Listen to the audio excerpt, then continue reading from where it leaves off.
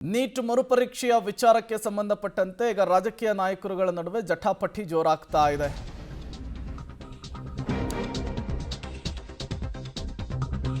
BJP ಆರೋಪ ಮಾಡ್ತಾ ಇದೆ. ಬಿಜೆಪಿ ಆರೋಪದ ಬೆನ್ನಲ್ಲೇ ಬೆಂಗಳೂರು ಪೊಲೀಸರಿಂದ ಫ್ಯಾಕ್ಟ್ ಚೆಕ್ಕಿಗೆ ಮುಂದಾಗಲಾಗಿರುವಂಥದ್ದು.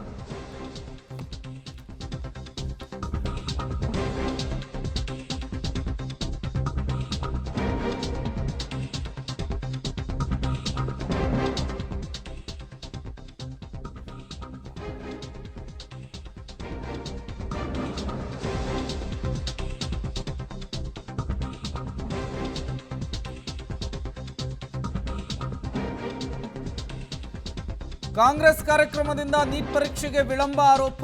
ಬಿಜೆಪಿ ಆರೋಪದ ಬೆನ್ನಲ್ಲೇ ಬೆಂಗಳೂರು ಪೊಲೀಸರಿಂದ ಫ್ಯಾಕ್ಟ್ ಚೆಕ್ಕಿಗೆ ಮುಂದಾಗಲಾಗಿದೆ. ಪರೀಕ್ಷೆಯಿಂದ ವಂಚಿತಳಾಗಿದ್ದ ಆರ್ಟಿ ನಗರದ ವಿದ್ಯಾರ್ಥಿನಿ ಸಿಸಿಟಿವಿಯನ್ನು ಪರಿಶೀಲಿಸಿ ವರದಿಯನ್ನ ಸಂಚಾರಿ ಪೊಲೀಸರು ಕೊಟ್ಟಿದ್ದಾರೆ. ಟ್ರಾಫಿಕ್ ಜಾಮ್ನಿಂದ ವಿದ್ಯಾರ್ಥಿನಿಗೆ ಪರೀಕ್ಷೆ ಮಿಸ್ ಆಗಿಲ್ಲ ಅಂಥೇಳಿ ಪೊಲೀಸರ ವರದಿ ಹೇಳ್ತಾ ಇದೆ. ಪರೀಕ್ಷೆಗೆ 33 ನಿಮಿಷ ಇರುವಾಗ ಮನೆಯನ್ನ ಬಿಟ್ಟಿದ್ಲಂತೆ ವಿದ್ಯಾರ್ಥಿನಿ. 12:57ಕ್ಕೆ ಮನೆ ಬಿಟ್ಟು 1:33ಕ್ಕೆ ಪರೀಕ್ಷಾ ಸೆಂಟರ್ ಅನ್ನು ವಿದ್ಯಾರ್ಥಿನಿ ತಲುಪಿರ್ತಾಳೆ.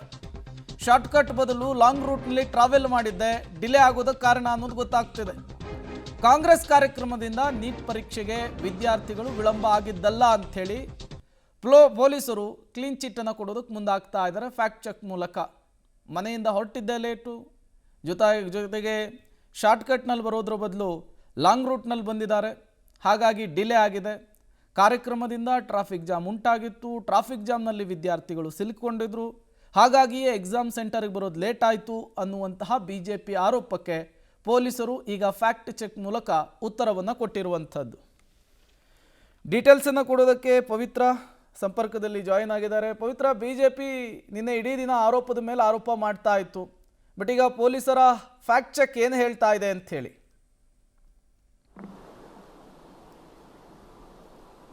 ಪ್ರೇಮ್, ನೀಟ್ ಪರೀಕ್ಷೆಯಲ್ಲಿ ಟ್ರಾಫಿಕ್ ಜಾಮ್ನ ಕಾರಣದಿಂದಾಗಲೂ ಅದರಲ್ಲೂ ಕೂಡ ಕಾಂಗ್ರೆಸ್ನ ಸಂಕಲ್ಪ ಯಾತ್ರೆ ಇದ್ದಿರುವಂಥದ್ದು. ಸೊ ಹಾಗಾಗಿ ಟ್ರಾಫಿಕ್ ಜಾಮ್ನಿಂದ ಅನೇಕ ವಿದ್ಯಾರ್ಥಿಗಳು ಎಕ್ಸಾಮ್ನ ಅವಕಾಶವನ್ನು ಕಳ್ಕೊಂಡ್ರು ಅನ್ನುವಂತಹ ಆರೋಪವನ್ನು ಮಾಡಿದ್ರು. ಅದಕ್ಕೆ ಪೂರಕ ಎಂಬಂತೆ ಒಂದು 3 ಜನ ವಿದ್ಯಾರ್ಥಿಗಳು ಅಳ್ತಾ ಇರುವಂತಹ ದೃಶ್ಯ. ಅಂದರೆ ಎಕ್ಸಾಮಿನೇಷನ್ ಸೆಂಟರ್ಗೆ ಟ್ರಾಫಿಕ್ ಜಾಮ್ ಇದ್ದಂಗೆ ನಾವು ಲೇಟಾಗಿ ಹೋಗಿದ್ವಿ, ಹೀಗಾಗಿ ಎಕ್ಸಾಮ್ ಮಿಸ್ ಆಯಿತು ಅಂತ ಕಣ್ಣೀರು ಹಾಕ್ತಾ ಇದ್ರು. ಪೋಷಕರು ಕೂಡ ಆರೋಪವನ್ನು ಮಾಡ್ತಾ ಇದ್ರು. ಇದು ದೊಡ್ಡ ಮಟ್ಟದ ವಾಕ್ಸಮರಕ್ಕೆ ಕಾರಣವಾಗಿತ್ತು. ಈಗ ಪೊಲೀಸರು, ಬೆಂಗಳೂರಿನ ಪೊಲೀಸರು ಹಾಗೂ ಸಂಚಾರಿ ಪೊಲೀಸರು ಜಂಟಿಯಾಗಿ ಒಂದು ಫ್ಯಾಕ್ಟ್ ಚೆಕ್ ಅನ್ನ ಹೊರಗಡೆ ಹಾಕಿದ್ದಾರೆ. ಆ ಫ್ಯಾಕ್ಟ್ ಚೆಕ್ ಅಲ್ಲಿ ಟೈಮ್ ಲೈನ್ ಅನ್ನ ಹಾಕಿದ್ದಾರೆ.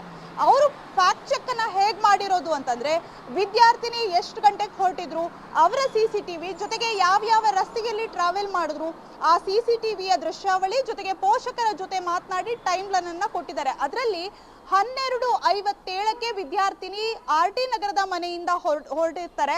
ಅದಾದ ಬಳಿಕ ಅವರು ಶಾರ್ಟ್ ಕಟ್ ರೂಟ್ ಅನ್ನ ಕೂಡ ಕಾಲೇಜಿಗೆ ತಲುಪಿಸೋದಕ್ಕೆ ಆಯ್ಕೆನ ಮಾಡ್ಕೊಂಡಿರೋದಿಲ್ಲ, ಲಾಂಗ್ ರೂಟ್ ಅನ್ನು ಹೋಗಿರ್ತಾರೆ. ಜೊತೆಗೆ ಅವರು 1:30 ಅಂತಿಮವಾಗಿರುವಂತಹ ಎಕ್ಸಾಮಿನೇಷನ್ ಸೆಂಟರ್ಗೆ ತಲುಪಲು ಇರುವಂತಹ ಸಮಯ. ಬಟ್ ಅವ್ರು ಹೊರಟಿರುವಂತದ್ದು ಕೇವಲ 33 ನಿಮಿಷ ಮುಂಚಿತವಾಗಿ ಹೊರಟಿದ್ದಾರೆ. ಎಕ್ಸಾಮಿನೇಷನ್ ಸೆಂಟರ್ಗೆ 1:30 ಬದಲು ಅವರು ತಲುಪಿದ್ದು 1 ಗಂಟೆ 33 ನಿಮಿಷಕ್ಕೆ ತಲುಪಿದ್ದಾರೆ. ಸೊ 3 ನಿಮಿಷ ವಿಳಂಬ ಆಗಿದೆ. ಬಟ್ ಅದು ಬೆಂಗಳೂರಿನ ಟ್ರಾಫಿಕ್ ಜಾಮ್ ಸಮಸ್ಯೆಯಿಂದಾಗ್ಲಿ ಅಥವಾ ಕಾಂಗ್ರೆಸ್ನ ಇವತ್ತು ಈವೆಂಟ್ ಇತ್ತು ಆ ಸಮಸ್ಯೆಯಿಂದ ಆಗಿಲ್ಲ ಅನ್ನುವಂತಹ ರಿಪೋರ್ಟ್ ಅನ್ನ ಕೊಟ್ಟಿದ್ದಾರೆ. ಜೊತೆಗೆ ವಿದ್ಯಾರ್ಥಿನಿ ಹೋಗ್ತಾ ಇರುವಂತಹ ದಾರಿಯಲ್ಲಿ ಟ್ರಾಫಿಕ್ ಜಾಮ್ ನಾರ್ಮಲ್ ಆಗಿತ್ತು. ಟ್ರಾಫಿಕ್ ಜಾಮ್ನ ಸಮಸ್ಯೆ ಇದ್ರೂ ಬಗೆಹರಿಸೋದಕ್ಕೆ ಪೊಲೀಸರು ಅಲ್ಲಿ ಇದ್ರು ಅನ್ನುವಂತಹ ಒಂದು ಟೈಮ್ ಲೈನ್ ಅನ್ನ ಕೂಡ ಹಾಕಿದ್ದಾರೆ. ಸೊ ಟೋಟಲ್ ಆಗಿ ಈಗ ಪೊಲೀಸರೇ ಕ್ಲೀನ್ ಶೀಟ್ ಅನ್ನ ಕೊಡ್ತಾ ಇದ್ದಾರೆ. ವಿದ್ಯಾರ್ಥಿನಿಗೆ ನೀಟ್ ಎಕ್ಸಾಮಿನೇಷನ್ ತಪ್ಪೋದಕ್ಕೆ ಕಾಂಗ್ರೆಸ್ನ ಕಾರ್ಯಕ್ರಮ ಕಾರಣವೇ ಅಲ್ಲ, ಆಕೆ ವಿಳಂಬವಾಗಿ ಮನೆ ಬಿಟ್ಟಿದ್ದೇ ಕಾರಣ ಅನ್ನುವಂತಹ ಒಂದು ರಿಪೋರ್ಟ್ ಅನ್ನು ಔಟ್ ಮಾಡಿದ್ದಾರೆ. ಜೊತೆಗೆ ಪೋಷಕರ ಜೊತೆಗೂ ಕೂಡ ನಾವು ಮಾತನಾಡಿದೀವಿ, ಎಲ್ಲರ ಅವ್ರ ಜೊತೆ ಇಂಟ್ರಾಕ್ಷನ್ ಮಾಡಿ ಈ ರಿಪೋರ್ಟ್ ಅನ್ನ ತಯಾರು ಮಾಡಿದೀವಿ ಅನ್ನುವಂತಹ ಒಂದು ಕ್ಲೀನ್ ಶೀಟ್ ಅನ್ನ ಕೊಡ್ತಾ ಇದ್ದಾರೆ ಈಗ. ಪ್ರೇಮ್, ಓಕೆ, ಥ್ಯಾಂಕ್ ಯು ಪವಿತ್ರ ತಮ್ಮೆಲ್ಲ ಮಾಹಿತಿಗಾಗಿ. ಒಟ್ಟು 3 ವಿದ್ಯಾರ್ಥಿಗಳು ಪರೀಕ್ಷೆಯಿಂದ ವಂಚಿತರಾಗಿದ್ದಾರೆ. ಈಗೇನೂ ಮಾಡೋದಕ್ಕಾಗಲ್ಲ, ರಾಜಕೀಯ ನಾಯಕರುಗಳು ಆರೋಪ ಪ್ರತ್ಯಾರೋಪವನ್ನು ಮಾಡಬೇಕಷ್ಟೆ.